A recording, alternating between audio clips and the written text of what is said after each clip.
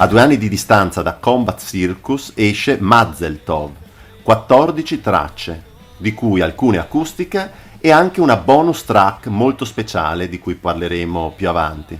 Sono sincero, su questo disco potremo parlare penso almeno 4 interviste, perché è un disco che io ritengo di grande cambiamento e maturazione, insomma, del gruppo, e contiene moltissimi elementi. Vedremo di quanti riusciremo a parlarne all'interno di questa intervista. Ma partiamo proprio dall'inizio. Perché questo titolo? Cosa significa Mazel Tov? Mazel Tov è un augurio ebraico, sembrava adeguato ai tempi che stavamo vivendo. Il contesto del gruppo non era uno dei più felici, anzi, dopo un tour in cui siamo stati tanto fuori di casa, il tutto è vacillato. In una situazione in cui avremmo dovuto registrare un disco, quelli che sono rimasti si sono dati in manforte per non mollare, ed effettivamente ci è andata molto bene, perché è stato il vero inizio dei Talco. Credo che Mazel Tov ad ora sia il disco più famoso e più apprezzato sia dal gruppo che dal pubblico. Questo clima di ripartenza si è sentito con un certo entusiasmo e anche con un certo distacco dal passato. Ma potremmo dire quindi anche che questo disco e il periodo intercorso, diciamo, in quegli anni lì, segna anche un po' il passaggio da un inizio per forza in qualche modo dilettantistico e un entrare nella strada del professionismo. L'abbiamo assaggiato per la prima volta in questo tour. Di solito i tour dei Talco durano 2, massimo 3 anni. C'erano più scadenze da rispettare. Questo ci ha portato ad essere più professionali da una parte, però anche dall'altro a viverlo come un lavoro. Quindi Mazel Tov come inno alla ripartenza e anche però un riferimento alla cultura ebraica in qualche modo. È partito da un'altra canzone, che era quella del treno, che era ispirata a Tran de Vie, in cui veniva trattato il tema dell'olocausto in una maniera molto delicata, quasi in una commedia. Abbiamo pensato che facesse proprio il nostro caso, quindi riconoscerci in questa corsa verso l'ignoto, verso la salvezza, e intitolarla ad hoc con un titolo che rimanda alla cultura ebraica. Vorrei ancora tornare alla fase di realizzazione di questo terzo lavoro, sapere com'è andata, cosa è successo in questi 2 anni tra Combat Circus e Mazel Tov, i concerti. Raccontami qualcosa su questo periodo. Avevamo fatto 2 anni molto interessanti con il tour di Combat Circus, che ci avevano portato anche a calcare palchi importanti, a comprendere ancora di più delle situazioni. Siamo entrati in studio con nuovi membri del gruppo e il risultato è stato ottimo, a mio parere, sia dal punto di vista della produzione che della costruzione del disco, delle canzoni. Quali sono state le fonti di ispirazione di questo terzo lavoro? Credo che si senta moltissimo anche rispetto ai dischi vecchi, anche rispetto a Combat Circus, l'influenza folk. Naturalmente la base funk lo fa sembrare molto energico, molto festaiolo, però effettivamente la matrice folk trova molto spazio su questo disco. Ero molto intrigato da certi suoni, da certe sonorità che potevano inserirsi bene in questo clima. Secondo me la canzone per eccellenza è stata Unza Unza Time di Kusturica e Smoking Orchestra, che avevano quel ritmo che era il ritmo fondamentalmente nostro, il tupa tupa, però veniva fatto appunto secondo i dettami della musica popolare in generale dei Balcani.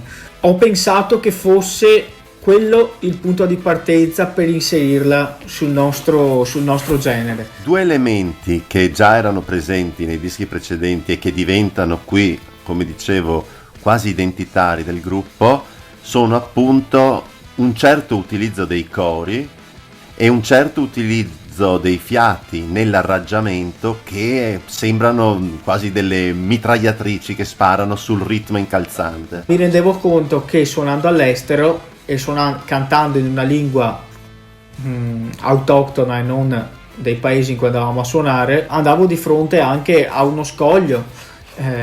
Vero che l'italiano, come lo usiamo noi, è usato per intensificare la melodia, la musicalità della canzone, ma naturalmente la gente doveva cantare qualcosa. A me ad esempio in quel periodo erano venute in mente 20-30 canzoni, ma non le ho portate mai in sala perché allo scoglio, all'esame del ritornello che funzionasse, alcune le avevo tagliate fuori. Diciamo che questo album contiene alcuni che sono dei cavalli di battaglia, come diciamo la Taranta dell'ultimo bandito, però l'era del contrario comunque contiene dei temi su cui possiamo un attimo soffermarci a parlare, perché secondo me spiegano molto bene l'intero lavoro.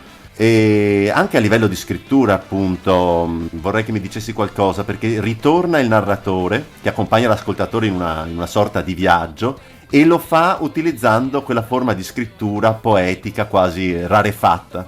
Sapevo che determinate esperienze mi avevano fatto capire che potevo prendermi delle libertà, che potevo essere me stesso. Dire quello che pensi con libertà fa parte anche di una lotta contro la timidezza e contro la paura di esporsi, di conseguenza. Per me quello è stato catartico. Non gli do un giudizio sulla bellezza o no, su cosa sia giusto fare, su cosa sia se sia più culturalmente valida. A me interessa che sono riuscito ad esprimermi liberamente come avrei voluto sempre esprimermi, e questo è stato il passo avanti. L'era del contrario credo che lo rappresenti bene. Sì, infatti, di sicuro il tema centrale di tutto l'album è proprio quello contenuto in questo titolo. Cioè, quando ti esprimi per descrivere una realtà ribaltata, con valori ribaltati e quasi ovunque velata di una forma di ipocrisia. Era appunto un mondo capovolto, veniva visto messo in cattiva luce l'impegno della musica, l'impegno dei giovani nella politica, perché vivevamo in un periodo che era l'inizio del qualunquismo, è il marchio di fabbrica del governo Berlusconi. Infatti vorrei collegarmi a quello di cui tu stai parlando per parlare anche della struttura musicale della canzone, oppure appunto questi climax, questi crescendo dei fiati, per esempio, che in effetti si richiamano molto anche alla musica balcanica, però che nel vostro caso sembrano portare a una volontà proprio di esprimere un'energia repressa, come dire, cioè questo contrario, questa era del contrario porta proprio a reprimere questa energia che deve sfociare in qualche modo, sfocia nella vostra ritmica e automaticamente nell'ascoltatore sfocia nella trasmissione di energia e poi nel ballo che c'è durante i vostri concerti, insomma. L'obiettivo principale è far ballare la gente, far divertire la gente, farla muovere. Come hai detto tu, è un climax in cui stiamo narrando una cosa, stiamo presentando una cosa e sta arrivando la musica adesso. È come dire: bene ragazzi, vi parliamo di questo, ma adesso preparatevi, stiamo scivolando lentamente verso la frenesia. E questa frenesia io la leggo molto come una forma di liberazione di energia che viene contenuta per via di questo senso di impossibilità di agire, insomma, nella realtà di fronte a questa ipocrisia, a questo senso di ingiustizia sociale. Quindi in qualche modo, da una parte ballando si può anche liberare questa energia negativa trattenuta, dall'altra è anche una forma di alta socializzazione. Io credo che la musica dia anche appunto quel sentimento di energia che dopo viene accompagnato da un testo, chiamiamolo più poetico, la gente lo chiama più poetico, naturalmente mi fa piacere che venga definito poetico, ci mancherebbe altro, non mi sento all'altezza, mi sento un cantautore, da questo punto di vista sì, mi sento un cantautore, ma quando sento il termine poetico a volte mi spaventa un po', però appunto è questo binomio di energia data dalla rabbia a un qualcosa più ricercato a livello di testi che secondo me dà un'immagine più culturalmente valida per quello che mi concerne di quello che voglio comunicare. Se non sbaglio siete stati anche citati i vostri testi in un manuale di letteratura o qualcosa del genere, per cui avete avuto anche, a proposito di queste cose di cui ti domandavi, avete avuto anche un riconoscimento esterno insomma del valore. Mi ha anche intrigato, devo dire, mi ha anche intrigato perché è stato analizzato come noi studiavamo una poesia alle superiori. Mi ha riempito d'orgoglio anche, cioè, ne sono grato davvero, mi ha gratificato, però mi ha fatto anche capire come viene analizzata una poesia. Devo dire che il 50 o il 60% delle cose che venivano spiegate non erano esattamente quello che volevo dire o il modo in cui le volevo comunicare, però credo che il bello sia anche questo, insomma, il bello è anche l'interpretazione, se se non dessi adito alle persone di interpretare, forse scriverei in maniera sloganistica. Dicevamo di questa energia. Questo incalzare collega questa canzone a quella successiva, Radio Out. Da questo punto di vista, questa successione delle canzoni che in qualche modo si collegano l'una con l'altra, con anche quelle famose canzoni di pausa di cui parlavamo prima, ci può portare a vedere questo disco come un concept. Da un punto di vista musicale io lo vedo disegnato come una locomotiva, come un treno che va a tutta forza, che ogni tanto sosta per ricaricarsi. Dal punto di vista musicale vedo una certa continuità sia nel genere che negli intenti, e anche dal punto di vista del testo, perché parte da una voglia di ripartire e da un senso di speranza e gira attorno a quella tematica. E infatti queste canzoni che si susseguono, se magari ancora proprio di concept non si può parlare al 100%, ma ci arriveremo con i prossimi dischi, però in qualche modo stiamo parlando quasi di una scaletta di concerto, insomma, per come si uniscono una canzone all'altra, però passa a raccontarci un'altra storia tragica, che è quella di Peppino Impastato, raccontata nella canzone Radio Out. Forse non tutti sanno che cos'era Radio Out. Era la radio da cui Peppino Impastato praticamente raccontava le malefatte dei mafiosi. È stato proprio l'input per parlarne in una maniera più precisa sul disco successivo, che era La Cretina Commedia. Abbiamo parlato di quello spirito partendo dalla voglia di evadere che aveva anche lui, immagino, attraverso questa lotta alla mafia. L'abbiamo fatta nostra e sarebbe stato appunto questa maniera di immedesimarci in questa persona, in queste lotte, il percorso che avremmo utilizzato anche per il prossimo disco. Infatti Peppino Impastato, diciamo che per chi ne conosce l'opera e la vita, è proprio un esempio non solo di cosa parlare, ma anche di come parlarne. E anche voi, appunto, mafia, poesia, impegno, eroismo, autoironia, è una fonte di ispirazione proprio la sua vita. Io credo che sia un percorso importante per tutti gli intellettuali, per tutti coloro che fanno dell'arte, e chi fa arte secondo me deve avere questo semaforo, deve sempre pensare ad un'ambizione che vada a pari passo con l'autoironia, del capire chi siamo, dello stare con i piedi per terra. L'incalzare dello Scapin sembra rafforzare il grido di denuncia che trova sfogo nel bisogno di scatenarsi, di ballare, di liberarsi attraverso il ritmo e il ballo. E appunto ritorna il tema del brigante della terra del contrario, dove vi è un ribaltamento dei valori che noi sentivamo anche come generazione, proprio nel momento in cui ci affacciavamo alla nostra formazione intellettuale, che è quello di cui stavi parlando fondamentalmente. Sì, esatto, non ci sentivamo inadeguati, però attorno a noi avevamo una società che faceva di tutto per farci sentire inadeguati culturalmente. Non stavamo facendo niente di più se non informarci, ma questo informarsi non era ben visto. La mondanità era il potere. Questo periodo è stato quello in cui si vedeva in maniera più tangibile questa pretesa di vedere separato l'artista rispetto all'impegno. La musica incalzante continua, e anche il tema, come dire, di dedicare la vita a una terra che non c'è, con la canzone Il mio tempo, per poi arrivare a Nel villaggio, che è un pezzo strumentale. È una forma di quiete prima della tempesta, e una quiete ovviamente spaventosa. Non so se ci vuoi dire qualcosa appunto sull'arrangiamento, sulla musica. È stato molto simpatico. Avevamo chiamato un nostro amico che suonava la tuba, c'erano, mi ricordo, Rizia e Cioro che ai fiati, che conoscevano la melodia, ma farla troppo pensata e troppo ritmata non dava quell'atmosfera. Quindi abbiamo pensato di viverla come il senso di una quiete quasi da triste, da funerale. Mi venivano in mente le atmosfere proprio da film di Kusturica da quel punto di vista. C'era una canzone per eccellenza, il cui intro mi veniva molto in mente, che era Ederlezzi, perché dava un immaginario molto molto lento, quasi di atmosfera, come se la canzone non si muovesse, senza una connotazione di tempo, di ritmo, e con una precisione da parte degli strumenti che non era una precisione cristallina, pulita, cioè c'era quel senso dell'errore che dava la poesia.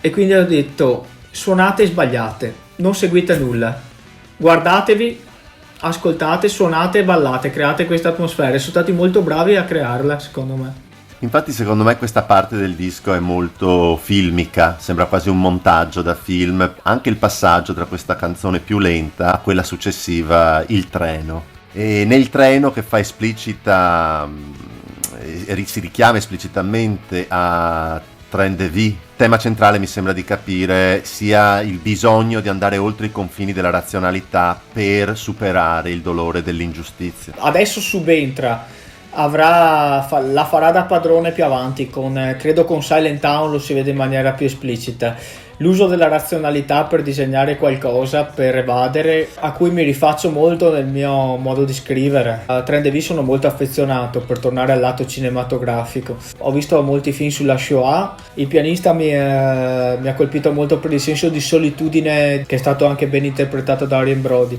Schindler's List mi ha colpito per la fotografia, per l'immagine emotiva, un sacco di scelte stilistiche che mi hanno colpito. Dopo La vita bella Benigni ha porso un po' di naturalezza e un po' il suo lato comico ne ha un po' risentito, però a quel punto di vista secondo me è stato un momento di intelligenza sublime di Benigni, di intelligenza nel senso di sensibilità, anche cercare nell'irrazionalità, nella favola, di raccontare una storia reale.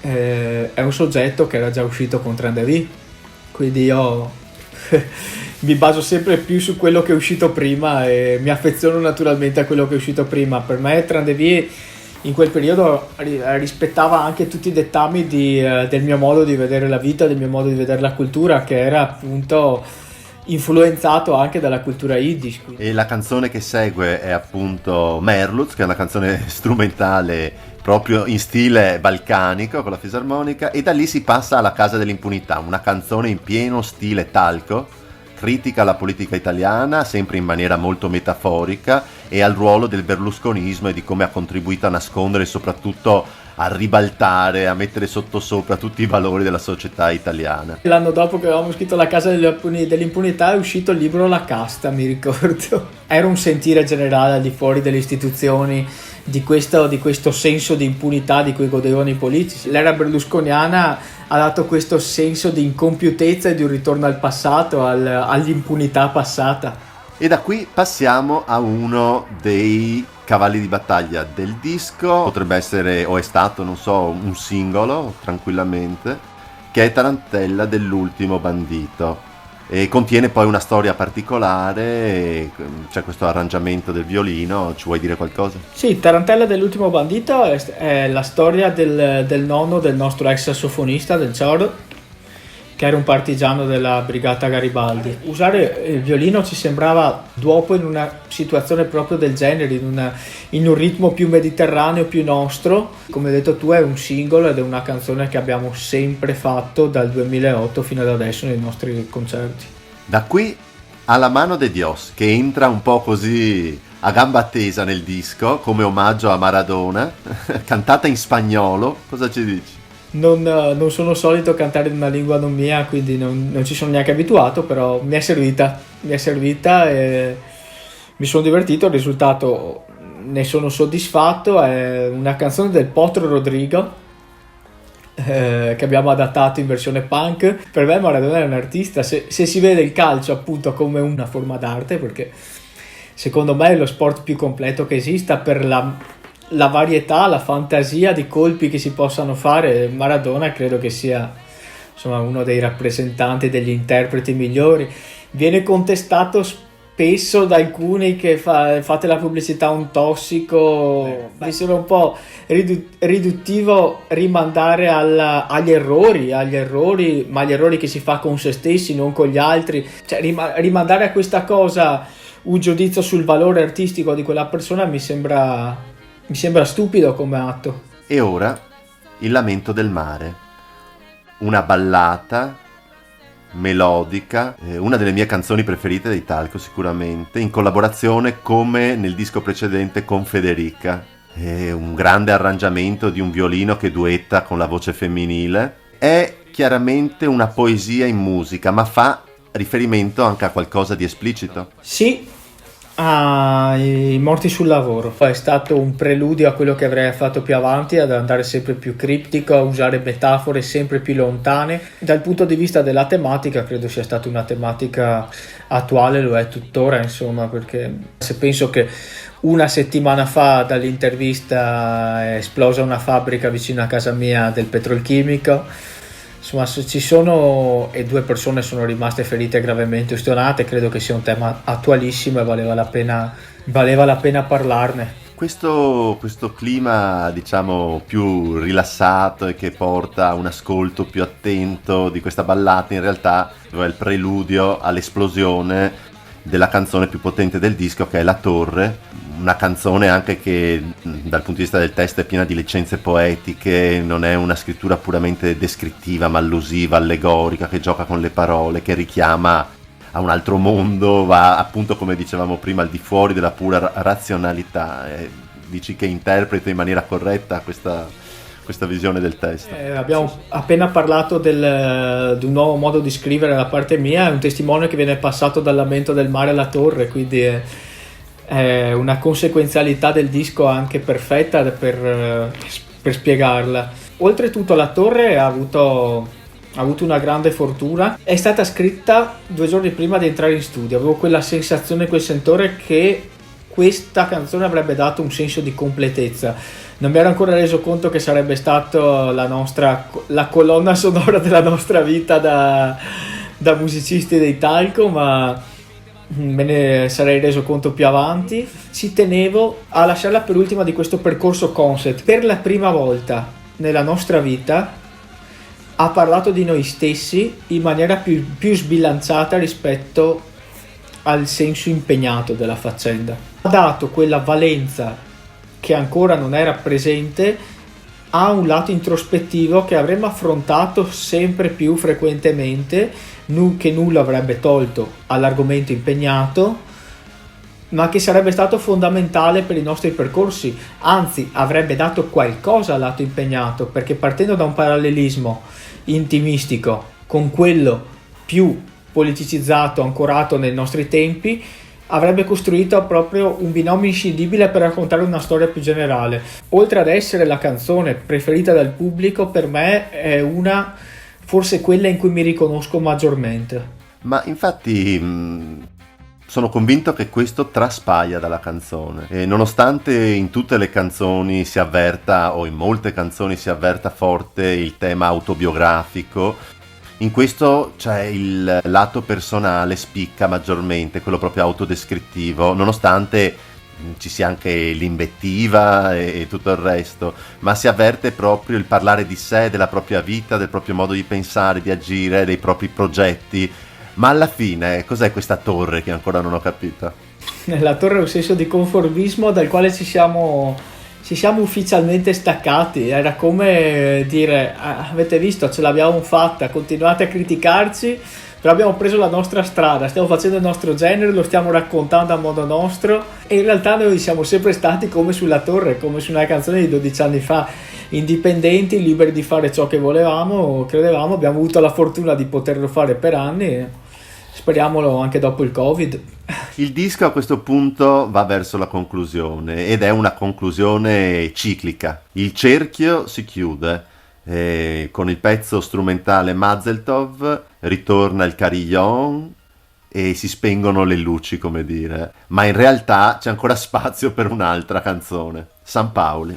Hai descritto bene il fatto che si spengano le luci e improvvisamente si riaccendano. Una canzone che dopo sarebbe diventata l'inno dei tifosi del San Paoli, noi l'abbiamo messa come ghost track, quindi fa capire proprio la nostra capacità di pubblicizzarci. San Paoli prende spunto da un incontro che abbiamo fatto con la tifoseria del San Paoli. Dopo aver visto una partita allo stadio ci siamo subito resi conto che stavamo assistendo a una situazione esclusiva. Eravamo in un campionato di Serie B, in pochi anni più tardi sarebbero finiti in Serie A in occasione dei 100 anni. 2 anni più tardi abbiamo anche suonato allo stadio, mi ricordo. Quell'immagine di calcio con dei sentimenti politicizzati, naturalmente a sinistra, che facevano i valori dell'antifascismo e dell'antirazzismo, in un periodo che in cui l'estrema destra stava cercando di appropriarsi ideologicamente di tutte le curve, per me è stato un abbaglio nel senso positivo, perché vedere 20.000 persone, una squadra che non era ai vertici della classifica, mi ha dato una certa immagine di un calcio che non c'è più, quindi ci sembrava giusto dedicare questa canzone, che dopo sarebbe diventata il pretesto fortunato di una collaborazione che dura tuttora con i tifosi e con la società del San Paoli. Ora siamo verso la chiusura della nostra intervista, così dici qualcosa, visto che chi vi segue vi apprezza per la musica, vi apprezza per lo show, ma vi apprezza anche, insomma, per l'impegno contenuto nelle vostre canzoni. Come vi sentite voi? Come ti senti? Di sinistra, comunista, ex comunista? Esatto, cosa ci vuoi dire? Cosa vuoi rivelare al tuo pubblico? Sembra la domanda più semplice a cui rispondere di tutte quelle che mi hai fatto, in realtà è la più complicata in assoluto. Mi sento spostata a sinistra, ma non mi sento rappresentato da alcun movimento, istituzione di sinistra, quindi la vedo anche come un'idea quasi individualistica, quindi secondo me a un certo punto individualismo e anarchismo vanno di pari passo, e forse mi sento più un anarco-libertario nel senso di spostata a sinistra, ma una certa anarchia anche che va oltre la politica, che va oltre il pensiero politico, va anche nel pensiero morale, nella voglia di essere me stesso, ha radici più profonde anche, non solo politiche. Benissimo, allora salutiamo il nostro pubblico, il tuo pubblico, e diamo appuntamento al prossimo video, quando racconteremo La cretina commedia. Grazie a tutti. Ciao. Ciao. La storia di una vita deportata, riposata da una lieta assurdità, vivo al giorno di una sorte malandata, con un fremito d'umana dignità, e strappando al corso di un meschino tempo, mesti segue in un delirio la magia, per salvare dal dolore di innocente agonia, con un foglio di indicarla via. Hey!